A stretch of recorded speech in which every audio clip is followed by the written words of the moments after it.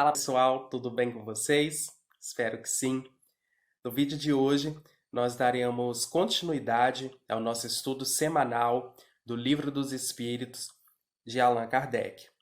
Nós estamos no capítulo 1, tópico 3, Atributos da Divindade, e hoje nós teremos nosso estudo a questão de número 13, a última questão do tópico 3.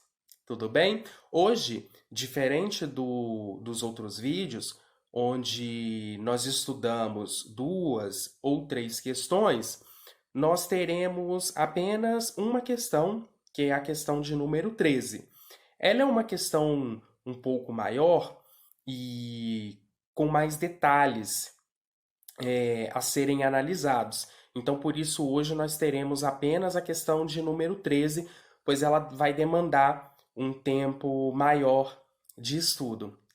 Kardec questiona a espiritualidade maior.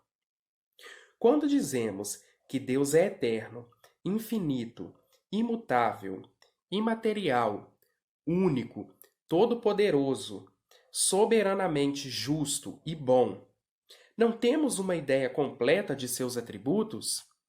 A espiritualidade maior responde: do vosso ponto de vista, sim, porque acreditais abranger tudo. Mas ficais sabendo que há coisas acima da inteligência do homem, para as quais vossa linguagem limitada, as vossas ideias e vossas sensações não dispõem de expressões. A razão vos diz que Deus deve ter essas perfeições em grau supremo. Pois se tivesse uma a menos, ou que não fosse em grau infinito, não seria superior a tudo, e por conseguinte não seria Deus. Para estar acima de todas as coisas, Deus não deve estar sujeito a vicissitudes, e não pode ter nenhuma das imperfeições que a imaginação é capaz de conceber. Kardec faz uma observação ainda a esta resposta.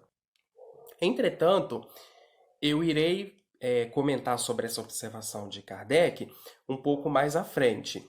Por enquanto, vamos nos ater ao que disse a espiritualidade maior.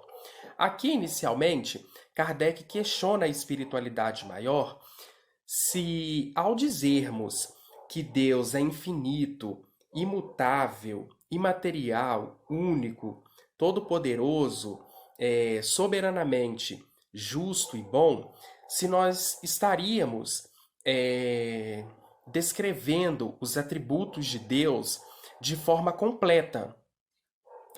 E então, a espiritualidade maior, inicialmente, ela responde que vai depender do ponto de vista.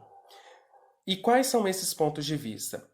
Primeiro, se nós formos analisarmos o ponto de vista do homem, o ponto de vista terreno, sim, nós poderíamos estar descrevendo os atributos de Deus de uma forma completa, pois com o nosso grau de conhecimento, com o vocabulário limitado que nós possuímos, essa é a forma que nós encontramos de descrever um pouco da grandeza de Deus.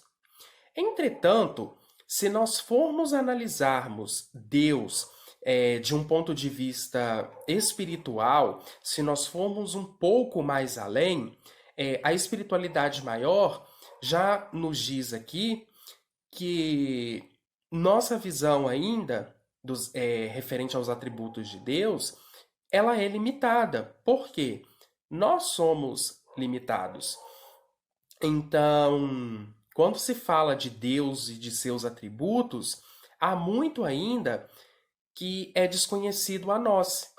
Então, como nós iremos atribuir algo a Deus, sendo que sequer nós o conhecemos como um todo? Nós conhecemos um fragmento. Então, por isso a espiritualidade maior diz que, nesse ponto de vista espiritual, um ponto de vista mais além, nós ainda estamos limitados. Mas, se formos analisarmos os atributos de Deus do nosso ponto de vista, sobre a nossa perspectiva, o conhecimento que nós temos atualmente, essa definição ela bastaria. Mas nós, como bons estudiosos e como bons espíritas, nós sabemos que nós não podemos nos ater a estes conceitos. Nós temos sim ciência que isso vai mais além. Entretanto, para que a gente tenha aí um norte, para que a gente tenha uma orientação, nós iremos ter em mente esses conceitos. Entretanto, nós não iremos limitar a eles. Nós teremos ele como norte, mas não ficaremos limitados a eles. Porque nós temos ciência da nossa limitação linguística e da nossa limitação espiritual ao tentar compreender os atributos de Deus. Nós ainda não conhecemos tudo para definir. Então, entretanto, o que nós temos, nós iremos usar como nosso norte, mas tendo ciência que este conceito ele é ainda muito limitado para descrever todos os atributos de Deus. E, como eu havia dito, Kardec deixa uma observação a esta resposta, exemplificando um pouco desses atributos. E eu vou fazer a leitura com a explicação que Kardec nos deixou agora.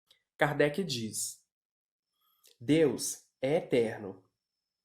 Se ele tivesse tido um começo, teria saído do nada, ou então teria sido criado por um ser anterior. O que Kardec quis dizer com isso? Que Deus, ele é eterno, ele sempre existiu e sempre existirá. E aqui ele responde aquela questão: mas quem criou Deus? E a resposta está aqui: ninguém criou Deus. Por quê? Nós já vimos em vídeos anteriores que Deus é a causa primária de todas as coisas. Então foi dele que se originou tudo. Se houvesse uma outra causa primária para Deus, Deus já não seria mais a causa primária. Então, teria que haver um criador para Deus. Como nós sabemos que Deus é a causa primária, não há ninguém que o criou. Ele é eterno, ele sempre existiu. Não há início para Deus e nem fim. Ele sempre existiu e sempre existirá. Kardec ainda diz que Deus é imutável. Se ele tivesse sujeito a mudanças, as leis que regem o universo não teriam estabilidade. O que quer dizer isso? Que Deus, ele não muda. A forma como Deus coloca as coisas não muda. Não quer dizer, gente, que aqui a vontade de Deus não vai ser cumprida. Mas aqui nós estamos falando tão somente relacionado às leis gerais do universo.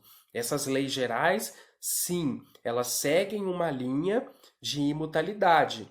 Mas isso não significa que a vontade de Deus não será cumprida, entendeu? Mas nós precisamos de uma certa estabilidade para que as coisas fluam. É assim na nossa vida, nós não criamos a nossa rotina para que tudo flua normalmente?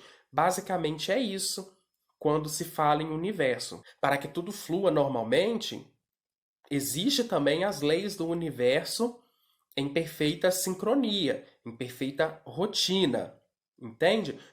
Prosseguindo, Kardec ainda diz: Deus é imaterial. Quer dizer, sua natureza difere de tudo o que chamamos de matéria, pois de outra forma ele não seria imutável, estando sujeito a transformações da matéria. E aqui é muito interessante porque Kardec vem aqui nos dizer que Deus ele não é matéria da forma que nós conhecemos. carne ou matéria usada em objetos. Até porque se fosse, ele estaria sujeito aí às ações do tempo. Envelhecer, morrer, enferrujar, quebrar, e nós sabemos que ele não está sujeito a isso. Então Deus ele não está na forma como nós compreendemos de matéria. Tudo bem? Prosseguindo.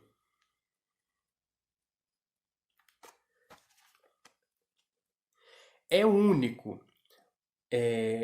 Se houvesse muitos deuses, não haveria unidade de vistas nem poder de organização do universo. Ou seja, temos apenas um Deus, não há deuses.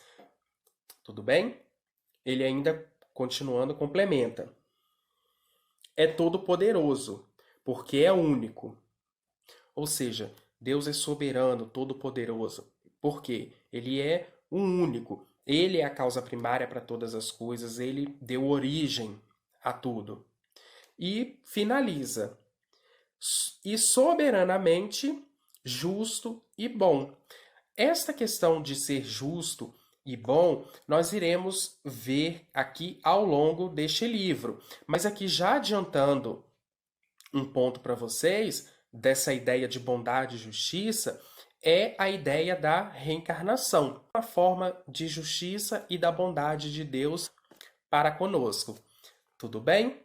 Bom, eu espero que vocês tenham gostado do estudo de hoje. Se tiver ficado alguma dúvida, vocês podem deixar aqui nos comentários, tá bom? E até semana que vem com o tópico 4 do panteísmo, que por sinal é um tópico fabuloso, muito legal, e eu quero estudar com vocês, tudo bem? Então até semana que vem, um forte abraço para todos.